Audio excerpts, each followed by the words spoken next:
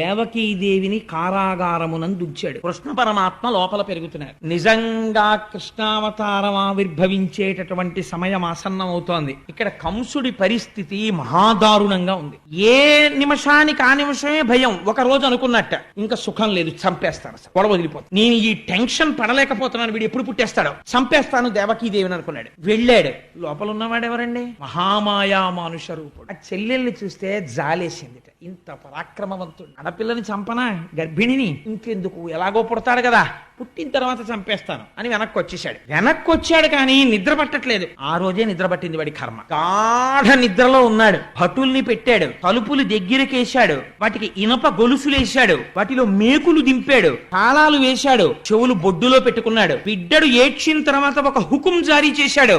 వేసిన తాళాలకి సీల్స్ వేస్తుంటాం ఇప్పుడు, అలా రాజముద్రలు సరిగ్గా ఉన్నాయో లేచి వచ్చి చెప్పమని చెప్పాడు తాళాలకి. ఇంకా దారుణం ఏమిటో తెలుసా అండి? వసుదేవుడు ఏమైనా చేస్తాడేమో అని అనుమానంతో వసుదేవుడి కాళ్ళకి చేతులకి ఇనప సంకెళ్ళేశాడు, వేసి కూర్చోబెట్టాడు ఆ కారాగారంలో. ఎంత దారుణం అంటే ఆనాడు దేవకీ ప్రసవ సమయమునందు సహాయం చేసిన వారు లేరు, అంత బాధపడింది అతను. అటువంటి స్థితిలో అర్ధరాత్రి 12 గంటల వేళ జలధర దేహునాజాను చతుర్బాహు సరసీరుహక్షు విశాలవచ్చు జారు గదా శంఖచక్ర పద్మ విలాసు కంఠ కౌస్తుభమణి కాంతి భాను కమనీయ కటిసూత్ర కంకణ కేయూర శ్రీవత్సలాంఛనంచిత విహారు మరుకుండల ప్రభాయుత కుంతలలలాటు వైఢూర్య మణిగణవర కిరీటు బాలు పూర్ణేందు రుచిజాలు భక్త లోకపాలు సుగుణాలవాలు కృపావిశాలు చూచి తిలకించి పులకించి చొజ్జమంది ఉబ్బి చెలరేగి వసుదేవుడు ఉత్సహించే. మహానుభావుడు శ్రీమన్నారాయణుడు ఆవిర్భవించాడు. పసిపిల్లవాడి రూపంలో ఒక్కసారి ధ్యానం చేసి నమస్కరించుకోండి.